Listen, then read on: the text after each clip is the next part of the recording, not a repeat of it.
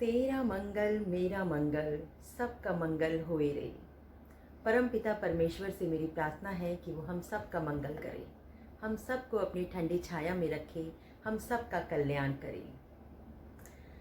माँ की कोख से इंसान जब जन्म लेता है उसकी ज़िंदगी शुरू हो जाती है और जन्म लेने के थोड़े ही दिन बाद उस बच्चे को बोलना सिखाया जाता है माँ। फिर धीरे धीरे कुछ और घर में कोई मेहमान आता है या घर में सब एक दूसरे से जब बात करते हैं, छोटे बच्चे को बुलाओ और बोल के बताओ, अंकल आया है, पोएम सुनाओ, गाना सुनाओ, काउंटिंग सुनाओ। बच्चे के अंदर कंपटीशन की भावना आ जाती है। बच्चा स्कूल में जाता है तो भी तरह तरह के कॉम्पिटिशन्स में पार्टिसिपेट करता है। Drawing competition, music competition, colouring competition, first आने की कोशिश रहती है उसकी, वहाँ भी एक कंपटीशन।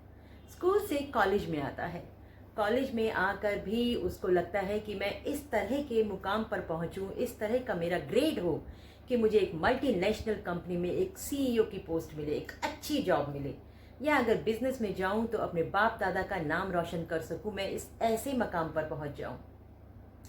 वहाँ भी एक कंपटीशन।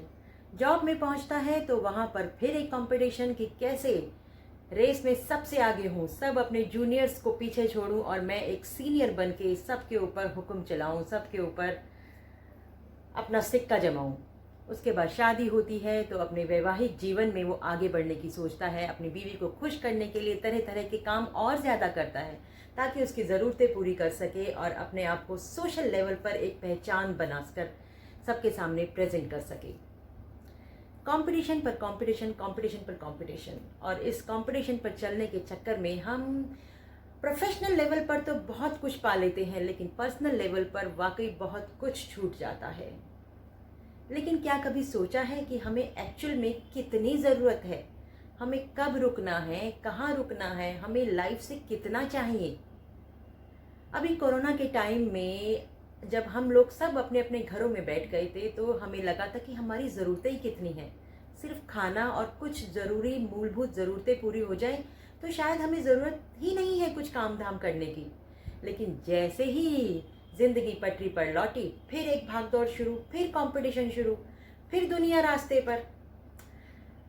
कहाँ रुकना है ये कौन तय करेगा?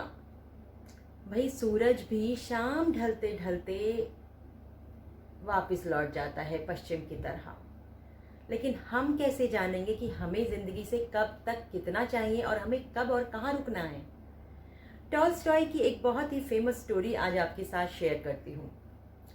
एक गरीब इंसान राजा के पास जाता है और उससे कहता है, मदद की गुहार करता है कि राजा साहब मैं बहुत गरीब हूँ, मुझे आपकी मदद चाहिए, मुझे अपने घर के, अपने परिवार के पालन पोषण के लिए आपकी मदद चाहिए।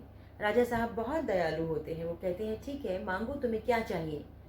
कहता है, राजा साहब अगर आप मुझे थोड़ी सी ज़मीन दे दें तो मैं अपने परिवार का गुजर बसर कर लूँगा, खेती बाड़ी करके मैं अपने परिवार का और अपना कल्याण कर लूँगा। राजा साहब कहते हैं ठीक है, कल सूर्योदय के समय आ जाओ और यहाँ एक मैं पॉइंट तुम्हें दे दूँगा, वहाँ से भागना शुरू करना, जितना भाग सको, जितना दौड़ सको उतनी ज़मीन तुम्हारी।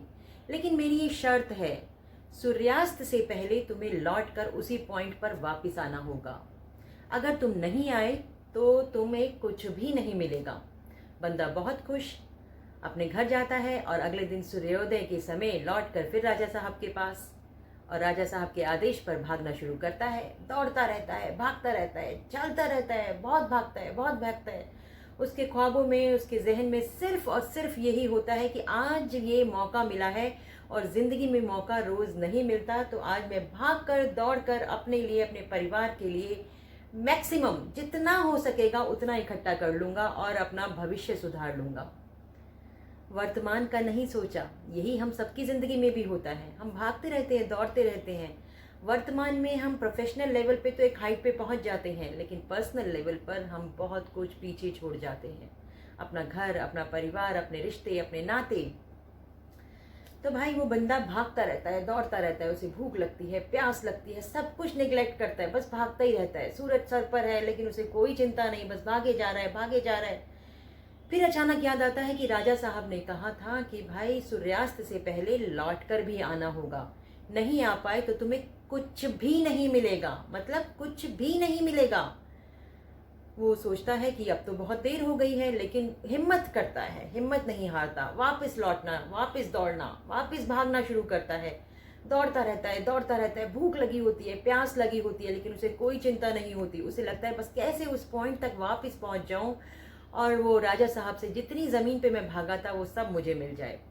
लेकिन भाई है तो इंसान ही, हिम्मत जवाब दे गई और एक जगह वो थक कर हार कर गिर गया। राजा साहब दूर बैठे ये सब देख रहे थे।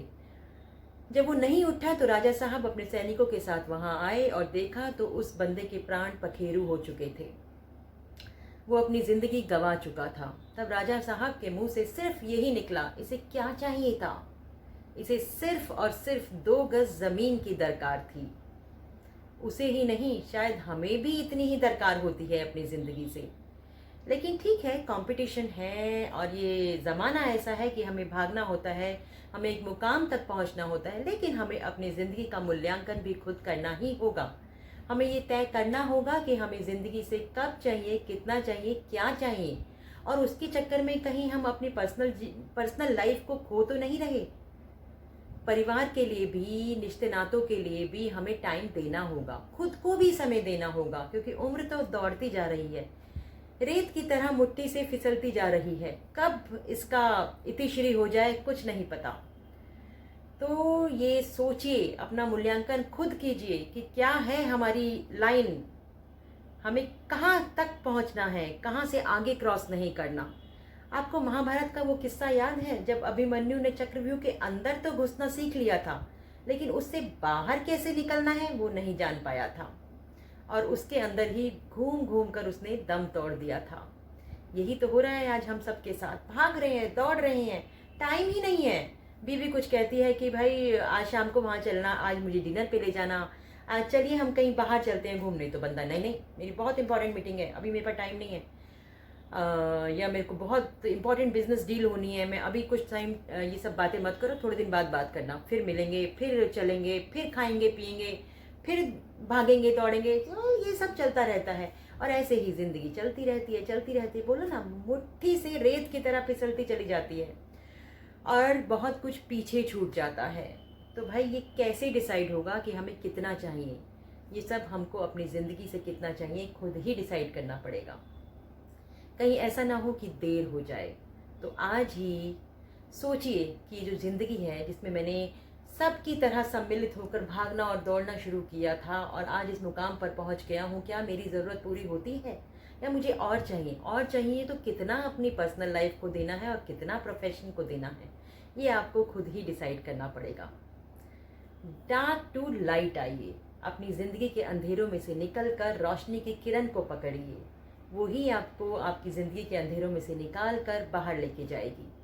अगर आपको मेरी बातें अच्छी लगती हैं तो प्लीज़ मेरे चैनल को लाइक कीजिए, सब्सक्राइब कीजिए और मेरे कंटेंट को, मेरी स्टोरीज़ को शेयर कीजिए और कमेंट बॉक्स में अपने विचारों को लिखकर मेरे पास भेजिए, ताकि हम उनको इस मंच पर आगे तक ले जाएं, लोगों तक पहुंचाएं और उनको इस रोशनी से सराबोर कर सकें।